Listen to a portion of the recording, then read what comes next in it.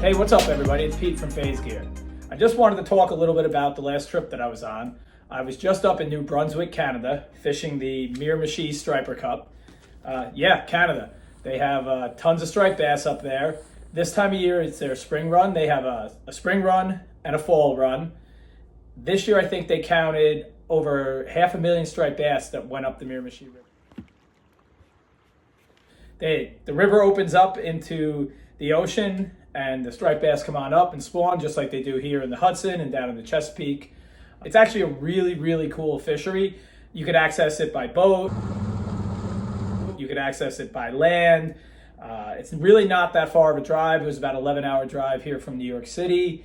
The accommodations are great. The food's cheap, easy to stay. The locals are fantastic. It's everything you look for when you head out on a fishing trip. And there's tons of fish that are pretty accessible to us as the Surfcasters. So I just want to talk to you a little bit about the gear that I use there. It's not that different from what we use here, but there's some different rules and stuff. So I'm just going to go over it.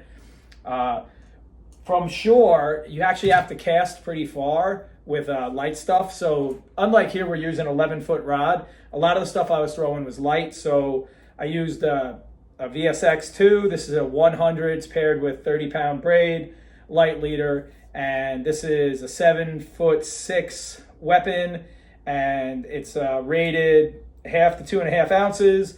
It's a beast of a rod, but it's great for throwing light stuff really far. And this is what I use primarily the whole trip.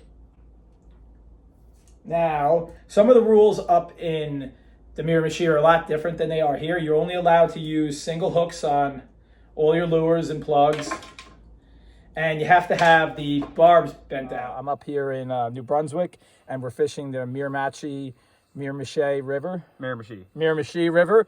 And there's a couple rules up here. You can only use single hooks on your plugs and your jigs, and you have to bend out all the barbs. We saw yesterday when we got into a whole bunch of fish how great this is for catch and release. It's simple on the fish. You pull it right out. And as long as you keep tension on the line, you're not going to lose those fish. Officer's going to explain a little bit about why these are legal and what you have to do if you want to come fish this next year.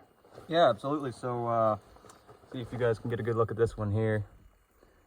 That's the result of a pinch and then a twist where it takes off the barb, but it leaves the little lip where at the base of the barb. Most officers would like to see you file that down. It's big with officer discretion, but really, to myself, it's not a barb. It's just a result of you removing it. So that one's kind of close. You were saying the best way to do it is to take a cotton swab. Yeah, and run it along it like a. Just take a cotton swab or your finger and like really try to run, like basically try to hook your finger.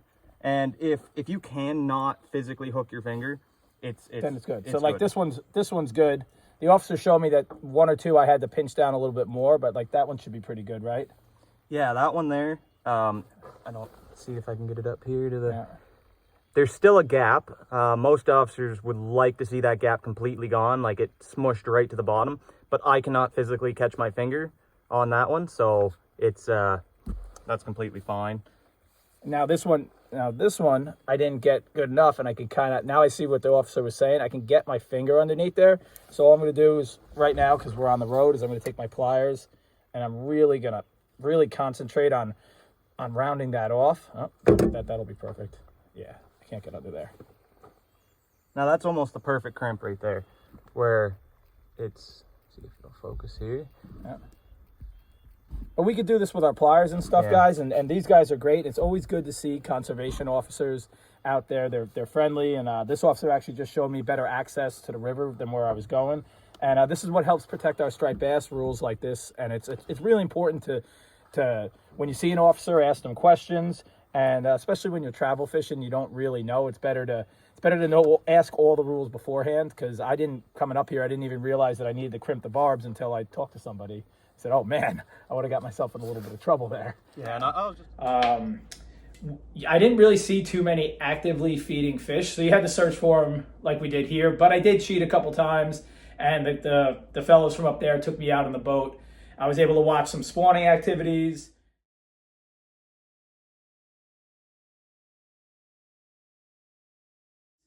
And just see a lot of really cool striped bass action. All right, so let's dive a little bit into the lures that I used while I was up there. My top producing lure up there, and a lot of times here, is no live bait needed stuff, and the Miramichi was no different. I got a lot of top water strikes on, this is the 5-inch little mullet with a BKK hook, probably a 1/4 ounce. You can throw this thing really far and you just work it across the top.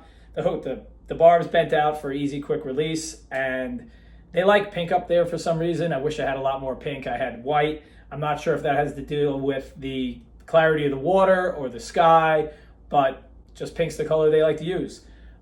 And this was my one pink one. Probably got 40-something fish on it. You see it's all beat up and still going.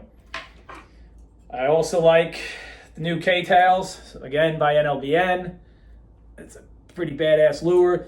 This is a really cool striped bass lure because you can work it multiple ways. It wakes across the top with the tail, so you can work it like a redfin. You could slow it down, and then instead of a jig that just drops, this kind of swims down. So the fish will follow it as it's swimming down. You give it an erratic twist, and they strike it.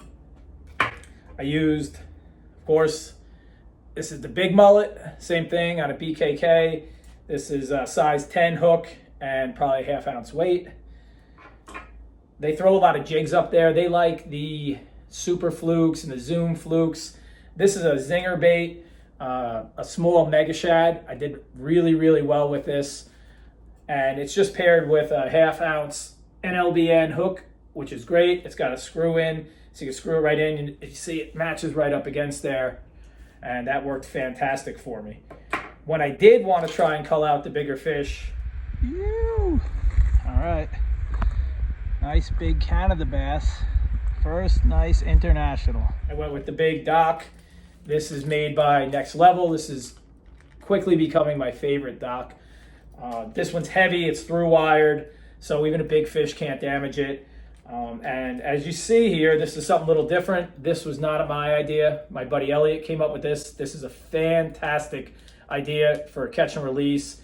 It's easy on the fish, it's easy on the angler, and it's legal up in Canada. So this is 2 Lone Diablo hooks, zip tied together, so it's not a treble, and with the barbs are bent out again.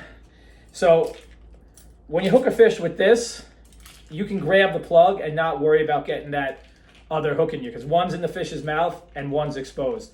It's always that other treble that ends up seems to get you, and this one's set up really good. This seemed to cull out the bigger fish. The stripers in the Miramichi are a different tribe of stripers than we have down here. A big striped bass up there is about 20 to 25 pounds. That would be considered a trophy fish. And their characteristics are a lot different than our striped bass. Our striped bass are anywhere, obviously, from 6 inches to, I don't know, 56, 60-inch fish. That's a giant, but their fish up there max out at 44 inches. They're shorter, they're stockier, they got a really defined line across the back, so they look a little different, and they don't get as big, but they're still really fun. And lastly, I was throwing this is just a glider to get some reaction strikes. Some of the cool parts about traveling up there are being able to see new water, be able to meet new people. Their actual angler event, they had 250 boats with about 1,000 anglers participating. I was able to go to their angler party the night before the event and showcase some of the Van Staal stuff. Everybody loved it. And even meet a whole bunch of hardcore surfcasters from all over that part of Canada. And some of them were catching the striped bass that we like to catch, the really big ones. Those are a different tribe of bass than we get in the Miramichi, but they're up there too. So if you're looking to go on a really fun trip, and it's not going to cost you a lot of money, you and 2 or 3 buddies can jump in the car, you can head up the Miramichi River, make sure you have your passport, make sure you know the rules, because the Fish and Game up there, I think they call them DNR, DRA, they're everywhere. I got stopped a couple times. It was good to see. They're really into conservation. And just overall, it was a really fun trip. So If you have any questions, you could look me up on the Phase Gear site. You could look me up on my personal social media, and I'll answer whatever I can if you want to head up there. It's super cool fishery, tons of fun, and somewhere new to check out. So we'll be heading to Norway in a couple days in search of huge halibut and all sorts of other fun Nordic fish. Hopefully you guys follow along, and I'll have another little video before then as we gear up to head out. All right, see you later. Hope you catch them up.